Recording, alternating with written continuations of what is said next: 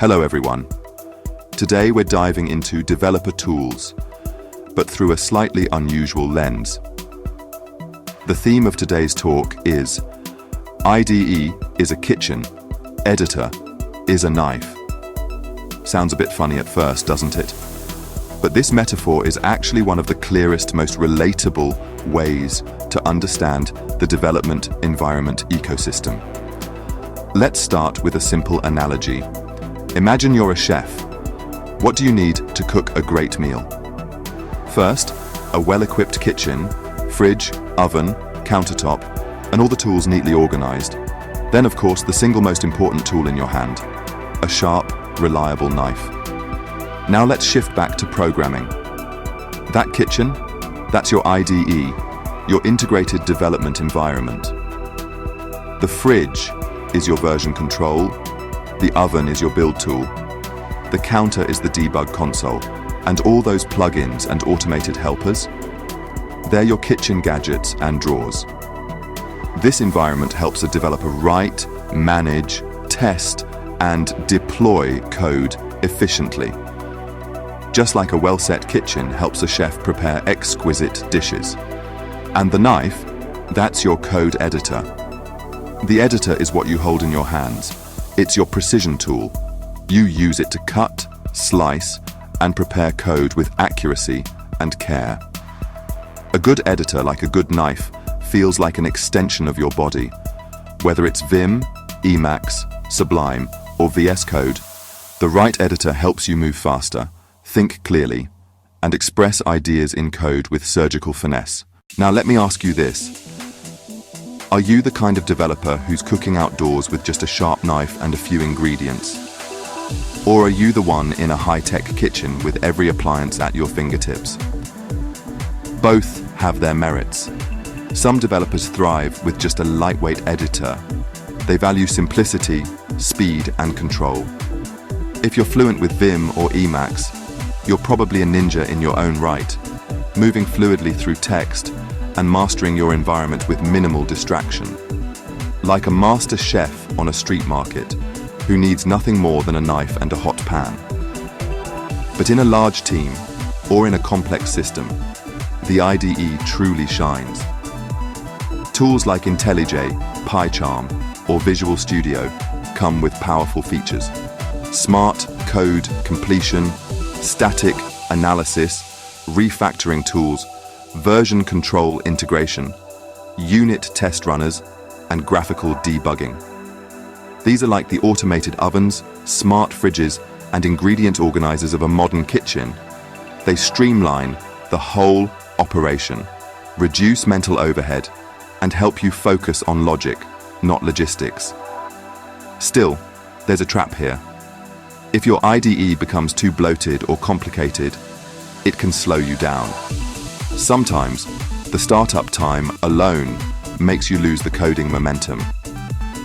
In fact, I know a team that spent over a full day just aligning their IDE configurations, plugins, themes, and key bindings, just to make sure their environment looked consistent. That's not development. That's fighting with the kitchen manual. In Britain, there's a saying, too many cooks spoil the broth. Likewise, too many tools, features, or settings can spoil your workflow. Whether you use an IDE or an editor, the key is understanding your tools and using them at the right time. Let's talk about weight and purpose. If you're just writing a small script, you don't need to launch a heavyweight IDE. Something like VS Code or Sublime Text will do just fine. These tools are nimble, launch fast, and keep your attention on the code itself. But for enterprise systems, distributed microservices, or architecture-heavy projects, a full IDE can give you superpowers, especially when you need cross-module navigation, real-time refactoring, or sophisticated dependency tracking. From a productivity standpoint, countless surveys have looked at IDEs versus editors. In JetBrains' 2022 developer survey, over 70% of developers reported using some form of IDE. Of those, nearly 40% preferred lightweight IDEs like VS Code. This tells us something critical. Developers don't want extremes. They want hybrid flexibility, something lightweight but extendable. Microsoft saw this trend early, and VS Code became a hit precisely because it walks that line. It feels like an editor, behaves like an IDE, and scales with you. Now let me share a little story. A new developer joined a company. On day one, he installed the ultimate IDE, IntelliJ Ultimate. Then he installed every plugin under the sun, switched to a dark cyberpunk theme, remapped every shortcut key, and customized the font to his taste. But at the end of the day, he hadn't written a single line of code. "I spent the whole day configuring," he said. And that, my friends, is a real problem. Tools should serve us, not the other way around.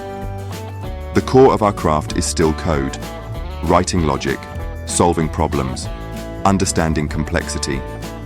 A fancy environment won't save bad logic. An elaborate kitchen doesn't turn frozen pizza into fine cuisine. So here's my message to you. Don't chase features, chase flow.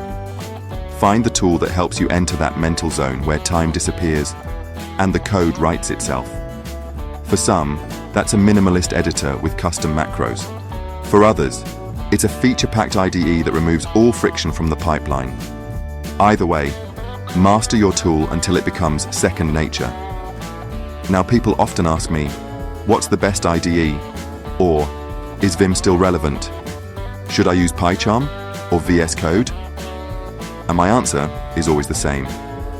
The best tool is the one you know how to use well. Tools are means to an end. That end is clarity, quality, and efficiency in software development.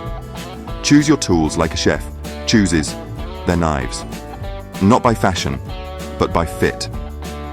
To summarize, the IDE is your kitchen, spacious, well-organized, and capable of handling any recipe, from simple to sophisticated.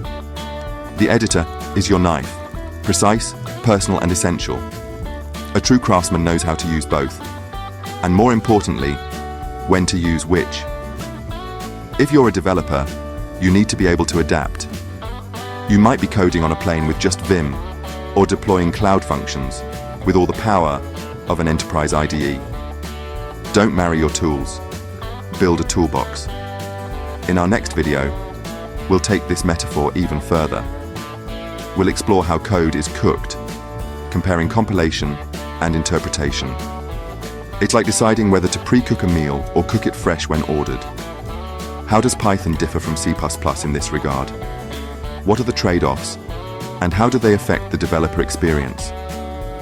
Stay tuned, because if you understand how code is prepared and served, you'll be one step closer to mastering the art of development. Thanks for watching.